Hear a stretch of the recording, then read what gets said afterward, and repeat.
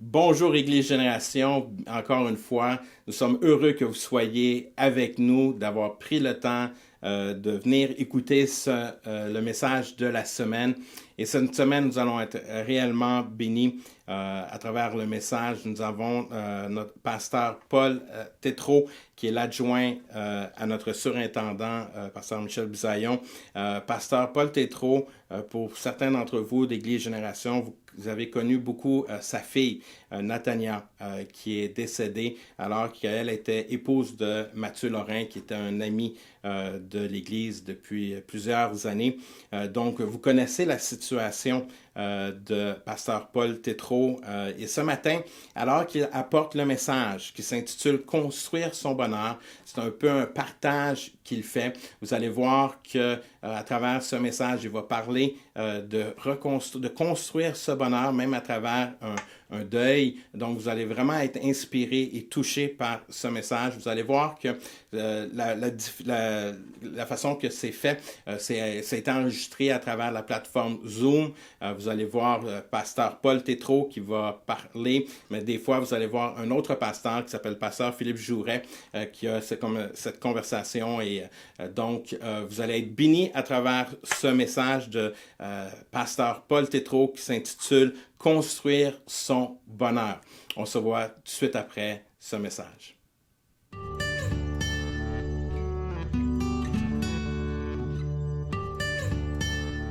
Je me suis posé la question, comment est-ce que je suis en train de rebâtir mon bonheur? Ça m'a poussé ma réflexion au niveau surtout de mon âme. Puis aujourd'hui, il n'y aura rien de nouveau dans ce que je vais partager. Ça va être, j'espère, juste rafraîchir nos notions de bonheur parce qu'on en parle assez souvent dans l'Église et puis il y a probablement des notions que j'ai partagées qui ont déjà été partagées dans les derniers mois.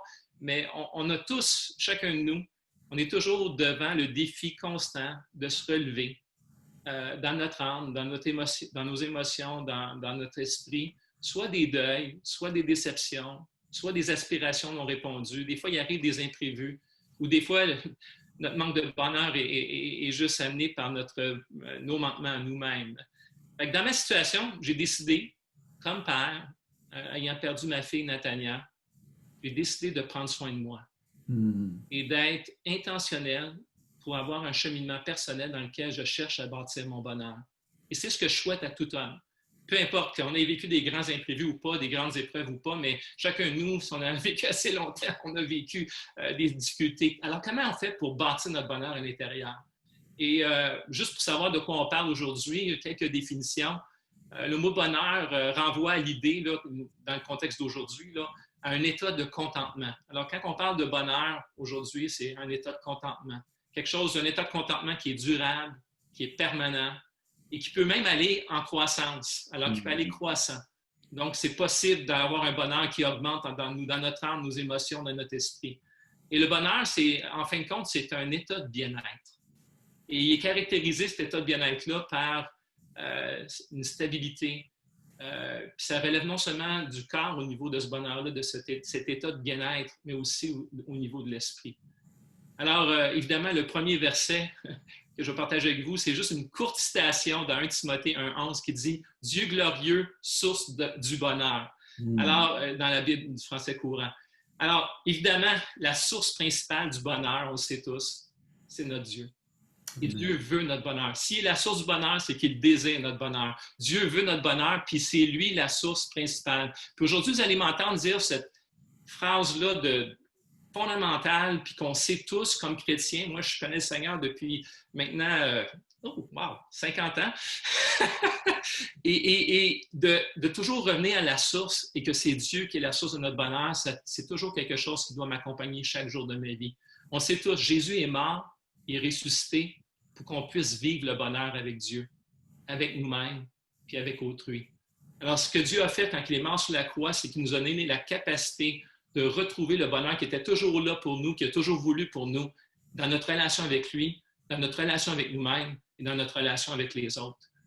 Puis Dieu, on le sait, juste à penser au père, à Isabelle, elle l'a fait allusion. Dieu a préparé une place depuis 2000 ans pour son papa. Dieu nous prépare une place à chacun de nous. Il y a un bonheur ultime qui nous attend. Il n'y a plus de mort, il n'y a plus de larmes, il n'y a plus de tristesse, il n'y a plus de péché. Le bonheur ultime. Et ce bonheur ultime-là, c'est beau dans la vie après la vie, c'est merveilleux. Mais David, et ça c'est un chant qui m'a accompagné durant toute mon enfance, dans mon éducation chrétienne, etc., dans le psaume 23, il y avait un petit chant, un petit cœur qu'on chantait, « Oui, le bonheur et la grâce m'accompagneront tous les jours de ma vie. » Je chantais ça sur la balançoire chez nous, et même lorsque mes parents se sont séparés à l'âge de 11 ans, puis ils étaient chrétiens, puis c'était dans les premiers chrétiens à se séparer, je me rappelle, dans mon cœur d'enfant à 11 ans, pendant les années qui suivaient, je pouvais être sa balançoire et chanter ce petit cœur-là de l'époque. Oui, le bonheur et la grâce m'accompagnera tous les jours de ma vie. Et c'était une façon d'aller à la source et de savoir que le bonheur ultime qui nous attend dans l'au-delà, de l'autre côté de la vie après la vie, oui, c'est beau, c'est une belle promesse, mais la promesse, elle est aussi pour nous aujourd'hui. Que oui, le bonheur, évidemment, c'est le Seigneur, et la grâce m'accompagneront tous les jours de ma vie. Alors, le bonheur et la grâce est accessible durant notre vivant. Et c'est possible de vivre ce bonheur-là. Dans le psaume 84, 13, ça dit « Le Seigneur lui-même donne le bonheur » dans la Bible du français courant. Alors, c'est possible pour un homme de vivre le bonheur. C'est lui-même, le Seigneur, qui donne ce bonheur-là. Et quand je pense et quand je dis ça, premièrement, quand je préparais le texte, pour moi, avec mon éducation évangélique qui était très sobre, très austère dans mon enfance, quand j'écrivais les notes de ma pensée aujourd'hui, ça me paraissait égoïste de vouloir m'offrir le bonheur. Comme homme, comme papa, je pense aux autres, je pense au bonheur des autres, je veux faire du bien aux autres. Mais ça paraît égoïste de dire « Hey, je veux prendre soin de moi. Je veux m'offrir le bonheur comme homme, comme chrétien, comme enfant de Dieu. » Quand je pense au bonheur, par exemple, l'autre côté de la médaille de cette pensée-là, c'est que quand on regarde la vie, je ne peux pas m'appuyer sur les circonstances de la vie. Pensez-y quelques instants. On ne peut pas s'appuyer sur les circonstances de la vie pour notre bonheur. On ne peut pas s'appuyer sur la part des autres ou même de nos proches qui nous aiment pour avoir le bonheur. Je ne peux pas contrôler les autres pour avoir un bonheur. Bref, je ne peux pas m'appuyer sur quoi que ce soit qui est à l'extérieur de moi-même. La seule personne qui peut avoir une influence intentionnelle sur mon bonheur et y contribuer, c'est moi. Alors, construire mon bonheur m'appartient. Évidemment, il y a une pensée qui vient avec ça. Si je m'appuie seulement sur moi, les résultats vont être limités. Dans le monde, il y a des gens qui n'ont pas la source principale de Jésus avec Dieu pour leur source de bonheur, puis ils vont se construire un bonheur avec un succès, mais ce succès-là va être limité. Fait qu'évidemment, si je m'appuie seulement sur moi pour construire mon bonheur, que ça m'appartient, bien, les résultats vont être limités. Et comme on l'a déjà mentionné, la source principale du bonheur, c'est Dieu. Ça commence là. Et vivre le bonheur ne peut pas être le fruit uniquement de mes efforts humains. Dieu m'a donné, en tant que sa création, les capacités dans mon identité comme son enfant et son disciple, toute l'intelligence spirituelle dont j'ai besoin pour construire mon bonheur. Quand je vais à la source, qui est Dieu, j'ai tout ce que j'ai besoin pour construire mon bonheur. Et quand je pense au Proverbe 24, 3 et 4, on a une version ici, c'est... je vais la lire dans du français courant, je ne sais pas pourquoi je ne l'avais pas mis là. « Il faut de la sagesse pour construire une maison, de l'intelligence pour la rendre habitable. Il faut du savoir-faire pour en remplir les pièces d'objets agréables et précieux. » Vous savez, le savoir-faire pour notre bien-être dans notre maison, c'est Dieu qui nous l'a donné. Il nous a donné toutes les capacités, tous les dons spirituels et humains avec notre intelligence pour bâtir une maison spirituelle. Évidemment, je fais l'analogie ici. L'analogie de notre maison spirituelle, de bâtir mon bonheur, il me donne la sagesse pour pouvoir le faire. Je suis capable de construire mon bonheur, ça m'appartient. Et l'illustration, quand je pensais à ma maison, le parallèle de ma maison spirituelle, je suis une habitation de Dieu, Dieu est en moi. Je pensais à ma maison physique, faire l'analogie, le parallèle là. Bien, j'ai pensé à l'illustration, c'est la fête des pères, il fallait que je prenne quelque chose de gars, là, du panneau électrique. Et puis, je ne suis pas du tout, moi, je suis comme Pasteur Philippe, je ne suis pas manuel pour 2 miettes. Mon fils, David, l'est, mais moi, je ne suis pas pour 2 miettes. Quand on est venu installer l'air climatisé, la thermopompe ici, il y a 2 ans, je me rappelle, j'allais toujours en bas, le panneau électrique, éteindre le disjoncteur principal ou le disjoncteur, pas le disjoncteur principal, mais ceux qui étaient secondaires. Puis j'allais souvent au panneau. Quand que mon beau-père, aujourd'hui, qui est trop vieux pour le faire, là, il y a 92 ans, mais quand il était plus jeune, il venait faire des rénovations chez nous assez souvent. Un de mes jobs à moi, qui n'était pas manuel, c'était d'aller au panneau électrique et être sûr que personne n'allait avoir un choc. Donc, j'ai pensé à cette illustration du panneau électrique. Et puis, quand on regarde le panneau électrique, en haut, il y a le disjoncteur principal qui permet de couper l'alimentation complète de notre résidence. Ensuite, il y a le panneau de distribution en dessous qui contient les disjoncteurs secondaires qui alimentent chacun des circuits de notre maison. Puis, quand on pense à tout cela, le disjoncteur, il est là pour allumer. Quand il est allumé, le disjoncteur principal et les secondaires sont là pour permettre que le courant électrique passe dans la maison aujourd'hui. Ou, vraiment, la raison pourquoi c'est là, c'est être capable d'interrompre la source, l'électricité, en cas d'incident sur un circuit électrique. Alors, il y a toujours cette notion, quand on regarde le panneau, on, off. Allumé, pas allumé. On, off. Qui met le on et le off? C'est moi quand je descendais en bas au panneau électrique, je mettais le on ou le off quand il y avait des rénovations dans la maison. On ou off sur les circuits secondaires quand il y avait des rénovations dans une pièce précise. Alors, l'analogie de ma maison spirituelle, est-ce que le courant est on? Est-ce que le courant est allumé avec la source principale? Afin de faire fonctionner le confort de ma maison en entier, la source qui entre de l'extérieur, c'est Dieu, évidemment. Et cette source principale, c'est à travers le disjoncteur principal. Puis mon confort dépend de cette source principale.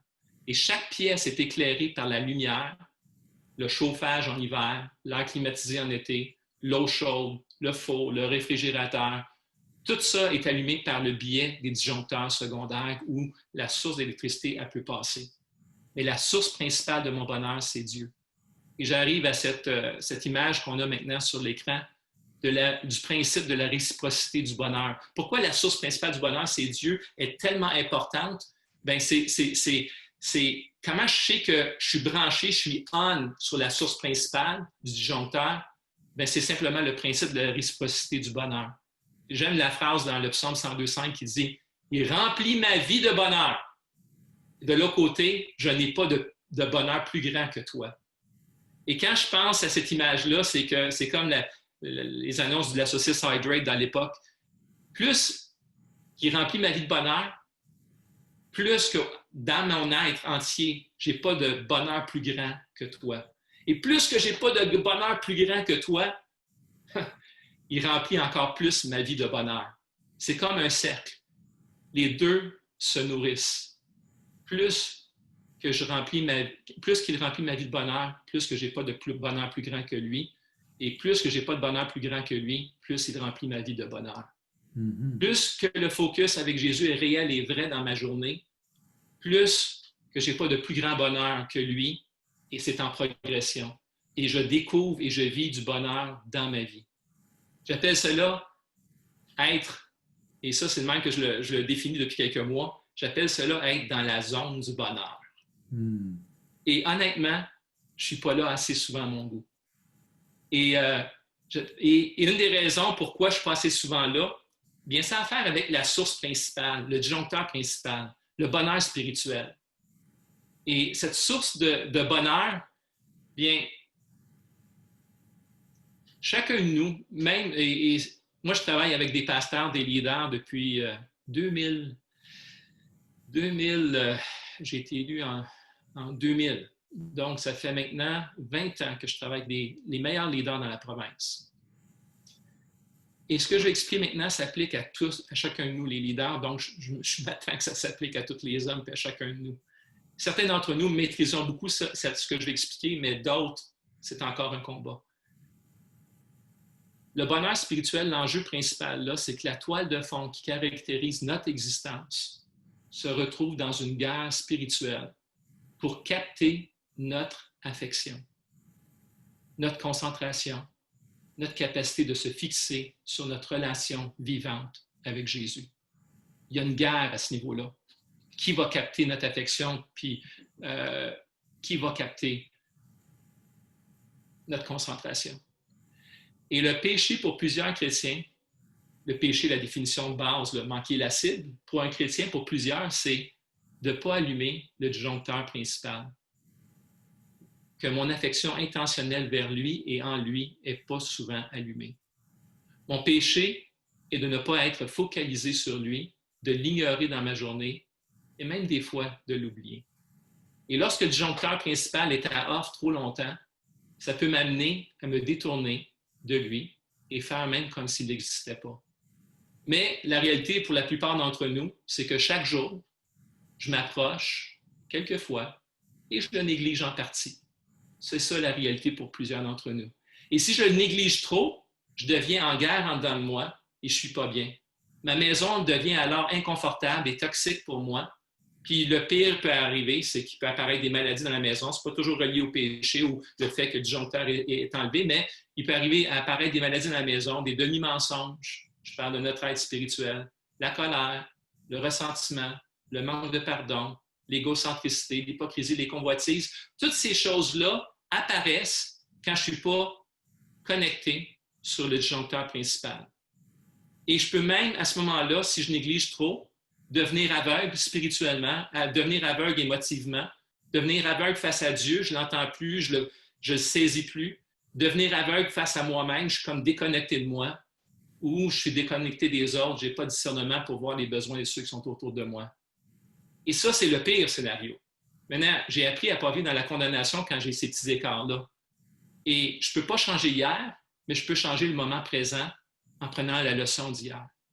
Et la seule façon d'allumer à nouveau le disjoncteur principal pour moi quand je m'égare un peu, c'est cette prière du cœur qui dit, et je l'ai appris tous les jours, de moi-même, c'est impossible de m'approcher de toi, Seigneur. De moi-même, c'est impossible. Et avec humilité, je retourne à ce que Jésus a fait pour moi. Il a pris ma rébellion parce que je ne suis pas capable de moi-même m'approcher de lui. Et j'ai cette humilité de le reconnaître. Et il a aussi pourvu la vie éternelle en moi par son esprit pour être capable de me focaliser sur lui et faire de lui mon bonheur principal. Et dans cette humilité de dire, je ne suis pas capable, mais qu'avec toi, je suis capable, le bonheur qui est essentiel à l'être humain est celui du bonheur spirituel qui se traduit par être connecté sur lui, avec lui, par Jésus qui demeure en nous. Maintenant, comment passe le courant avec ma source principale de bonheur et qui est vitale, c'est vraiment ma relation avec Dieu, qui est personnelle avec lui. Puis quand j'ai ça, là, quand je vis cette zone de bonheur-là, alors mon bonheur se traduit par des moments passés avec lui chaque jour dans cette zone de bonheur que j'appelle et que je veux vivre de plus en plus chaque jour. Je m'ouvre à ce moment-là à ces ressources infinies. J'allume le disjoncteur principal. Tout est connecté, tout est en place. Son salut et tous ses bienfaits, ils sont rattachés. Tout est accessible maintenant, gratuitement, par la grâce, pour vivre le vrai bonheur.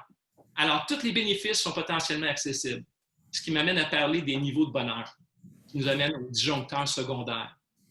Il existe plusieurs disjoncteurs secondaires qui contribuent à notre niveau de bonheur. Une fois qu'on a l'essentiel, on peut bâtir et voir toutes les autres. Et le savoir-faire qu'on a vu dans Proverbe 24 pourrait se traduire aujourd'hui par les disjoncteurs secondaires, tels que, on va en mentionner plusieurs, des disjoncteurs secondaires, pratiquer les dons que Dieu nous a donnés, pratiquer les bonnes œuvres auxquelles il nous appelle. Des choses aussi simples que le disjoncteur secondaire, dormir suffisamment, bien se nourrir, entretenir des relations saines avec nos proches. Un autre, prendre des congés régulièrement. Un autre disjoncteur, m'occuper à des passe-temps qui m'énergisent. Un autre disjoncteur secondaire, avoir des conversations constructives. Un autre disjoncteur secondaire, la lecture. Un autre disjoncteur secondaire, l'activité physique chaque semaine. Un autre disjoncteur secondaire, servir les autres comme bénévoles, etc., etc. Et lorsque plusieurs disjoncteurs sont allumés dans notre vie, il y a plus de confort dans ma maison. Lorsque plusieurs sont éteints, il y a moins de confort dans ma maison. On, off. Et nous vivons tous un écart entre notre idéal, le niveau de bonheur qu'on voudrait avoir, et le réel. Et c'est notre défi à chacun d'entre nous d'élever ce niveau de bonheur-là. Et dépendant des saisons dans nos vies, le courant ne va pas passer dans un aspect de ma vie secondaire, mais va passer dans de nouveaux domaines secondaires qui assurent un bien-être quand même dans ma vie. Et le thermomètre de mon bonheur dépend du nombre de disjoncteurs allumés. Un peu allumé, un peu de bonheur. Moyennement allumé, moyennement de bonheur. Beaucoup de disjoncteurs allumés, beaucoup de bonheur. La source première, principale, ou les secondaires en priorité. Quand je vis les deux réalités, puis je m'applique et je me concentre à ce que je viens de vous partager, ma source première, évidemment, se traduit par mon temps seul avec Dieu. Comment que je sais que ma source principale est allumée, le disjoncteur principal est allumé? C'est mon temps seul avec Dieu qui le détermine. Mon affection vers lui au niveau de mon cœur, dans la méditation de sa parole, dans la prière, dans ma communion avec lui, où est-ce que je l'écoute, où est-ce que je me sens écouté, où est-ce qu'il m'allume par son esprit qui est en moi. Et j'ai remarqué que des fois, je vais remplacer à l'occasion ma source première par une source secondaire. Je ne sais pas si ça vous est déjà arrivé, mais à ce moment-là, le panneau fait un court-circuit, ça ne fonctionne plus, il y a moins ou il n'y a pas de bonheur. Et la leçon, c'est que les bonnes choses peuvent remplacer la source première et devenir une idole qui remplace Dieu. Même les bonnes choses dans la vie. Lorsque je m'attache émotionnellement plus à une bonne chose secondaire que celle qui est essentielle, bien ça, j'appelle ça un incident. Et quand il y a un incident, bien, le disjoncteur saute. Et ça peut être l'idole dans mon cœur, mais ça peut être aussi un imprévu qui est complètement à l'extérieur d'une situation qui n'a pas rapport avec la façon que je gère le bonheur dans ma vie. Une crise, comme quand j'ai perdu ma fille. Le deuil, c'était un imprévu. Alors, à ce moment-là, je dois faire comme David dans les psaumes. David, vous marquez dans les psaumes comment il trouve toujours le bonheur à la fin d'un psaume. Il va crier à Dieu sa colère contre ceux qui lui font du mal, les injustices de la vie, puis qu'à la fin, il trouve toujours le bonheur, mais c'est parce qu'il se tourne vers Dieu. Il se tourne vers le disjoncteur principal, il se tourne à la source principale, il retrouve cette intimité avec Dieu, et là, le bonheur, oups, s'allume en lui. Et quand on revient à cette source principale, on est en train de tracer un nouveau chemin avec le disjoncteur principal et avec les disjoncteurs secondaires. Et ce nouveau chemin-là, bien, il y a des questions qu'on peut se poser. Premièrement, le panneau principal a-t-il été installé dans votre maison? Avant de parler de tracer un nouveau chemin de bonheur spirituel et à tous les niveaux, est-ce que Jésus est devenu connecté? Est-ce que Jésus est venu être connecté à vous? Est-ce que vous avez accepté Jésus comme votre sauveur personnel? Est-ce qu'il est venu demeurer en vous? Et ça, c'est un cadeau que chacun de nous, on a accès par la foi, tout simplement. De simplement lui faire confiance, qui a porté tout le mal sur lui, puis en échange, il nous a donné une capacité de vivre le bonheur. Le panneau principal, une fois qu'il est installé, Jésus est venu dans ma vie, puis il demeure en moi par son esprit. Est-ce que le panneau est installé? Est-ce qu'il est allumé dans ma maison? Est-ce que le disjoncteur principal est allumé? On a regardé ça tantôt. Et les secondaires sont-ils nombreux à être allumés? Et lorsque je suis dans la zone du bonheur et que le principal est allumé, les secondaires sont allumés, je suis en train de tracer un nouveau chemin, un nouveau bonheur, et je deviens alerte à un nouveau chemin. Et comment ça se traduit pour moi dernièrement? C'est par une nouvelle perception de Dieu, une nouvelle perception de moi-même, une nouvelle perception des autres. Puis ça, c'est comme c'est fluide, c'est en mouvement continuel en dedans de moi. Ça se traduit par une énergie qui est focalisée pour servir Dieu, servir pour les autres, une compréhension vivante de l'Évangile qui vit en moi, là, parce que je suis constamment en train de découvrir Dieu, découvrir moi-même et découvrir les autres. Alors, quelles sont les découvertes sur le nouveau chemin du bonheur en rapport avec, par exemple, votre perception de Dieu? Bien, je pense que la clé ici, pour moi en tout cas, c'est comment je perçois Dieu sous des angles nouveaux. Ça contribue à mon bonheur. Et ce n'est pas des nouvelles révélations.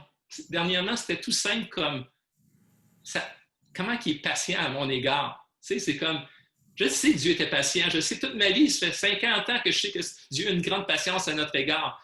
Mais dernièrement, je me réfugie, je trouve mon bonheur dans ma perception de Dieu d'une façon vivante.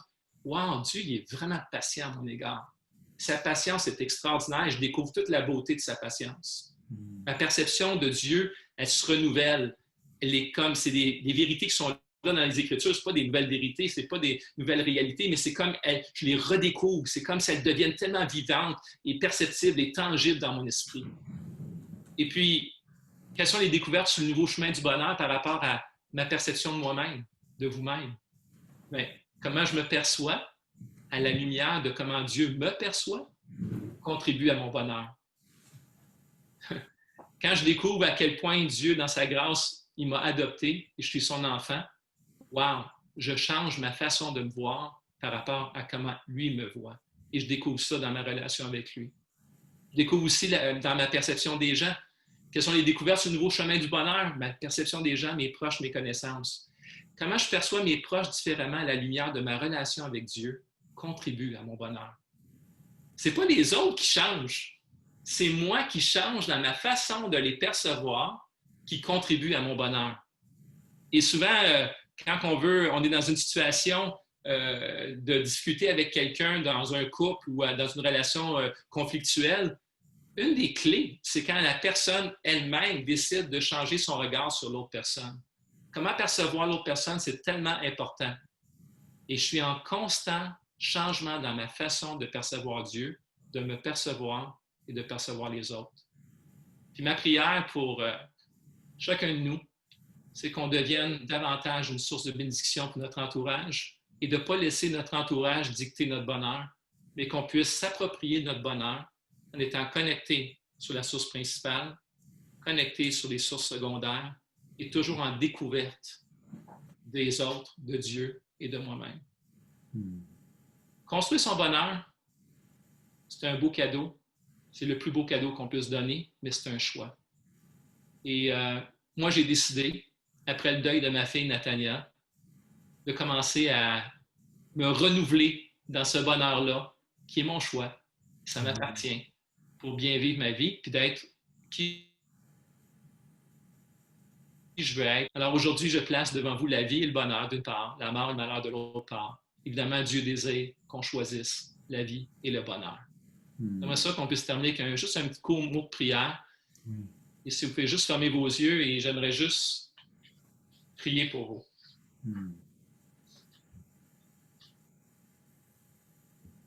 Seigneur, je ne sais pas où se trouve le thermomètre du bonheur pour chaque personne qui est à l'écoute aujourd'hui. Mais ton désir pour nous, c'est tu veux notre bonheur.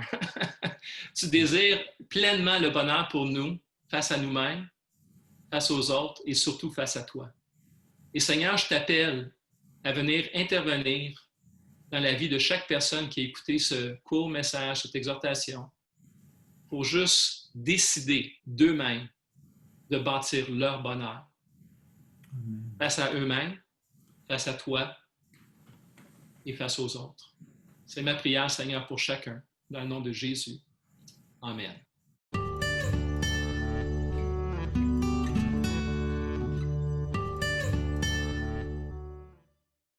Amen. Merci, Pasteur Paul, pour ce message, ce témoignage qui a été une inspiration et que ça nous encourage vraiment pour construire son bonheur.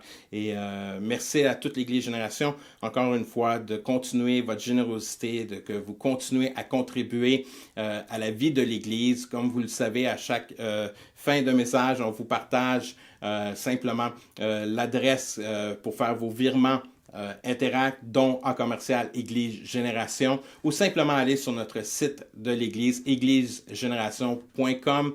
Vous pouvez contribuer de ces deux façons maintenant. Donc, on vous remercie d'être assidus dans vos offrandes et merci pour ce temps. Et encore une fois, merci, Pasteur Paul, pour ce partage que vous avez fait ce matin. Et que Dieu vous bénisse, que vous puissiez avoir une bonne semaine. Que Dieu vous bénisse et on se voit la semaine prochaine. Amen.